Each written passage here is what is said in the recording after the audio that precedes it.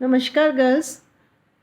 आज मैं आपको लॉन्ड्री के प्रैक्टिकल्स के बारे में बताऊंगी। लॉन्ड्री के प्रैक्टिकल में आपको मैंने लॉन्ड्री के इक्विपमेंट्स बताना शुरू किया। उसमें आपको मैंने बताया लॉन्ड्री के जो प्रमुख इक्विपमेंट है, उसमें आपको वॉशिंग मशीन, बाल्टी, टब और मग के बारे में बताया। अब मैं आपको अगले कुछ इक्विपमेंट्स के बारे में बताऊंगी जो कि लॉन्ड्री के लिए आवश्यक होते हैं। उसमें नेक्स्ट है, आपको मैंने क्लासिफिकेशन बताया था कि लॉन्ड्री के जो इक्विपमेंट्स होते हैं वो 3 भागों में हम बांटते हैं: धुलाई से संबंधित, सुखाने से संबंधित और परिसज्जा से संबंधित। तो फर्स्ट जो मैं आपको बता रही हूँ वो है धुलाई से संबंधित। उस धुलाई से संबंधित उपकरणों में नेक्स्ट है वो है कपड़े धोने का डंडा।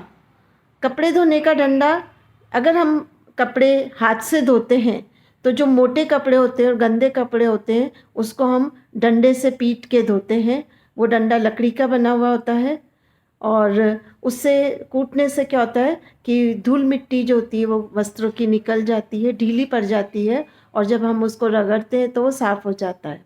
मशीन में वही चीज़, जो टब लगा हुआ होता है मशीन में जिसको एजिटेटर कहते हैं, उसमें वो कपड़ा घूमता है, एंटी क्लॉकवाइज और क्लॉकवाइज घूमता है और उससे धूल मिट्टी निकल जाती। वो प्रोसेस अगर हम हाथ से करते हैं तो डंडे से उसको कूट कर धोना पड़ता है, क्योंकि जो मोटे कपड़े होते हैं उन पर उनको ब्रश से साफ़ करना मुश्किल होता है, इसलिए उसको डंडे से कूटा जाता है।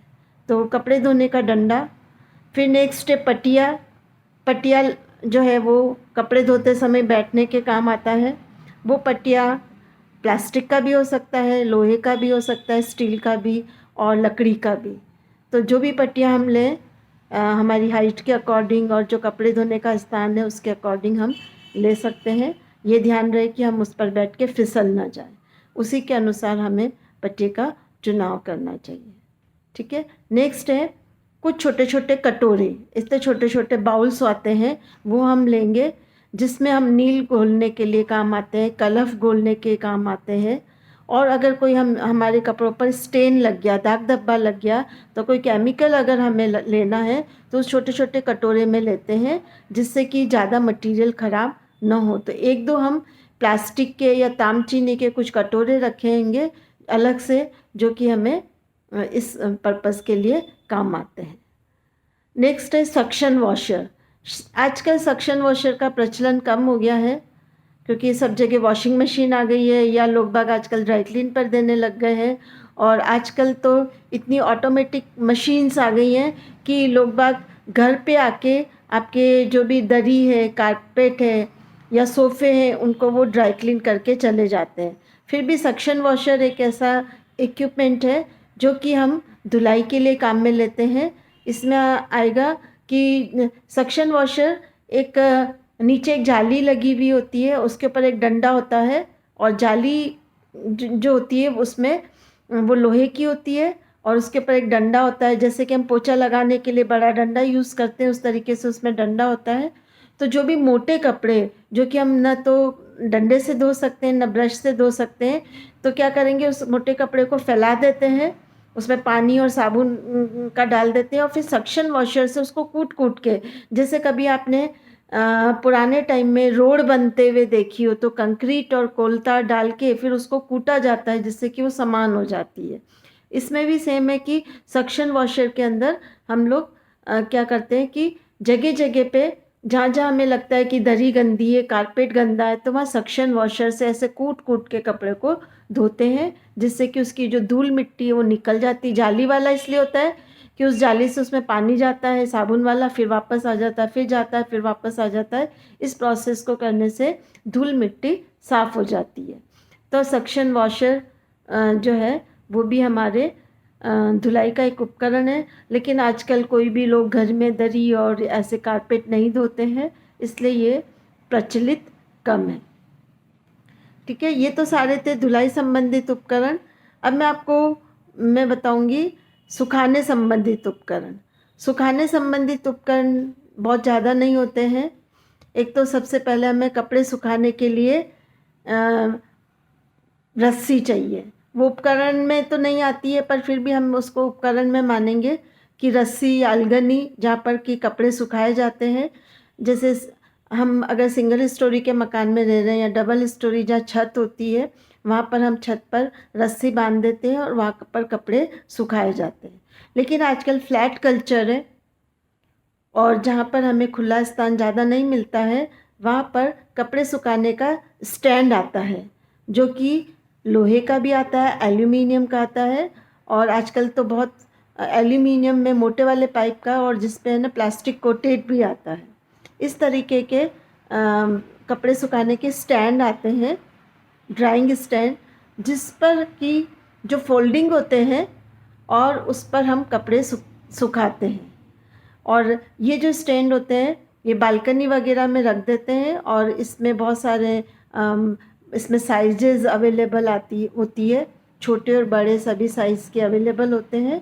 और उनको आप जिसमें कि कपड़े हवा में सूखते रहते हैं और जब कपड़े सूख जाए तो तब उस स्टैंड को फोल्ड करके रख सकते हैं। और कुछ जो कपड़े सुखाने के जो स्टैंड आते हैं वो ऐसे गोल राउंड शेप के होते हैं और जिसमें छोटी छोटी पिन्स लटकी हुई होती है, कपड़े सुखाने की पिन।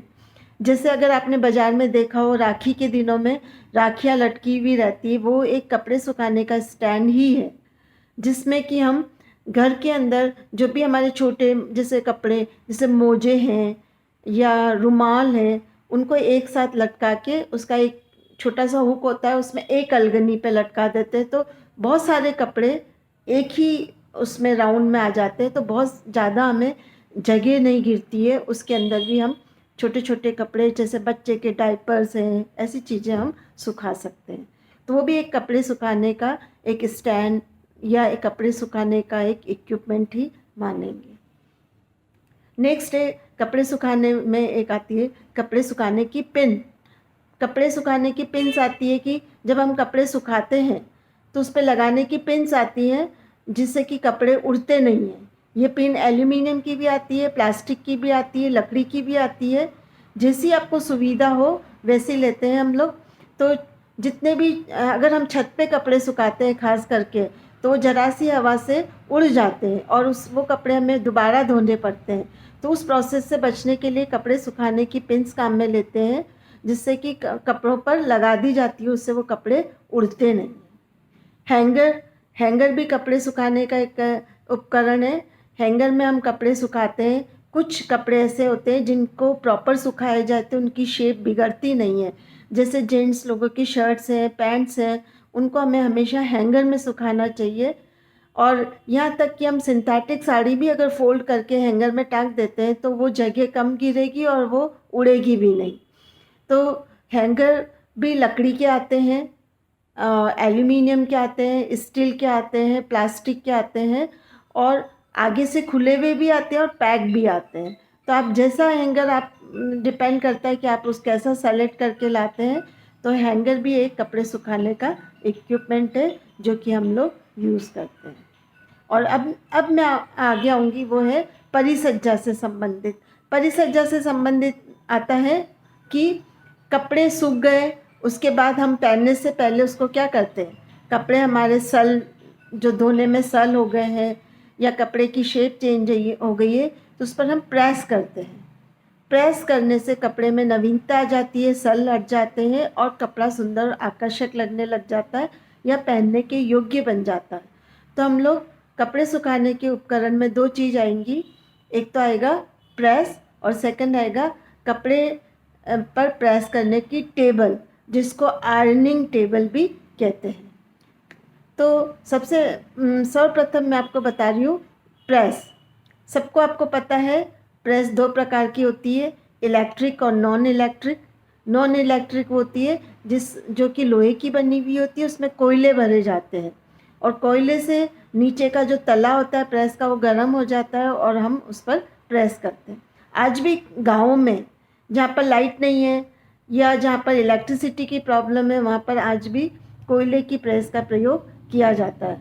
लेकिन इसका एक ड्रॉबैक होता है कि कोयले की प्रेस भारी तो होती है, प्रेस बहुत अच्छी होती है, लेकिन कभी ज़्यादा गर्म हो जाती है तो कपड़े जल जाते हैं, कभी कोयला खिल जाता है तो उससे भी कपड़े में छेद हो जाते हैं।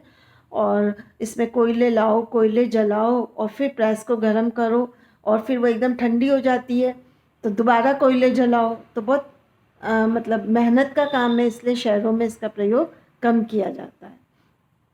इलेक्ट्रिक प्रेस बहुत प्रचलित है। इलेक्ट्रिक प्रेस में आजकल बहुत तरह की आ गई, स्टीम प्रेस आ गई, नॉन स्टीम प्रेस आती है।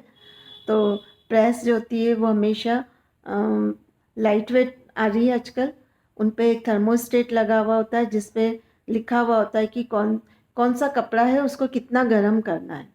तो मान लो कॉटन करना है तो उसको कॉटन पे सेट कर देंगे, सिल्क करना है तो सिल्क पे सेट कर देंगे। इस तरीके से हम कपड़े उसके थर्मोस्टेट को सेट करते हैं और फिर प्रेस करी जाती है। प्रेस करने के बाद प्रेस करने के लिए हमें एक टेबल की आवश्यकता होती है। घर के अंदर तो हम नीचे फर्श पे भी चादर बिछा के कर लेते हैं, या टेबल पर एक दरी बिछाई, चादर बिछाई कर लेते हैं। लेकिन आजकल बाज़ार में आयरनिंग टेबल भी आती है, जैसी धोबी वगैरह के पास होती है, जिसमें कि पैडेड वो आयरनिंग टेबल का वो बेस होता है और एक तरफ प्रेस रखने की का स्थान बना हुआ होता है। ये भी फोल्डिंग होती है जिसको कि हम फोल्ड करके कभी भी रख सकते हैं। तो जो आयरनिंग टेबल होती है, प्रेस करने की टेबल होती है, वो लोहे की, एल्यूमिनियम की आती है। और आप घर पे नीचे दरी बिछा के, दरी पे चादर बिछा के भी हम प्रेस कर सकते हैं। इसका मतलब मेन एम ये है कि नीचे सरफेस थोड़ी सी मोटी होनी चाहिए, जिससे कि अगर हम प्रेस करें तो वो कपड़े पे प्रेस अच्छी तरह, ज़मीन पे, प्लेन ज़मीन पे प्रेस करेंगे तो कपड़े पर प्रेस नहीं होती है। लेकिन नीचे कुछ मोटा, कुछ गद्दा वगैरह बिछा हुआ है, गद्देदार कोई चीज़ है, तो उससे कपड़े पर प्रेस अच्छी होती है। तो इसके लिए हम आयरनिंग टेबल, प्रॉपर जो तरीका है वो है आयरनिंग टेबल यूज़ करना, जिससे कि स्लीव्स वगैरह पे या इस जगह पे भी उसमें से शेप बनी हुई होती है कि इस जगह पे भी हम आसानी से प्रेस कर सकते हैं और कपड़ों पर सल नहीं पड़ते। तो ये सारा था आपका धुलाई से संबंधित उपकरण या धुलाई के उपकरण। अब आप लोग सब अपनी फाइल में ये उपकरण के बारे में लिखेंगे और एक तरफ उपकरणों के चित्र बनाएंगे, और जब कॉलेज स्टार्ट होंगे तब मैं आपकी वो फाइल चेक करूँगी। कोई प्रॉब्लम हो तो आप वापस पूछ सकते हैं। इसके लिए वस्त्र विज्ञान एवं परिधान की बहुत सारी बुक्स हैं। वृंदा सिंह की है, बेला भार्गव की है, सुशीला दंत्यागी की। आप किसी की भी बुक रेफ़र करके उसमें से भी देख सकते हैं। धन्यवाद।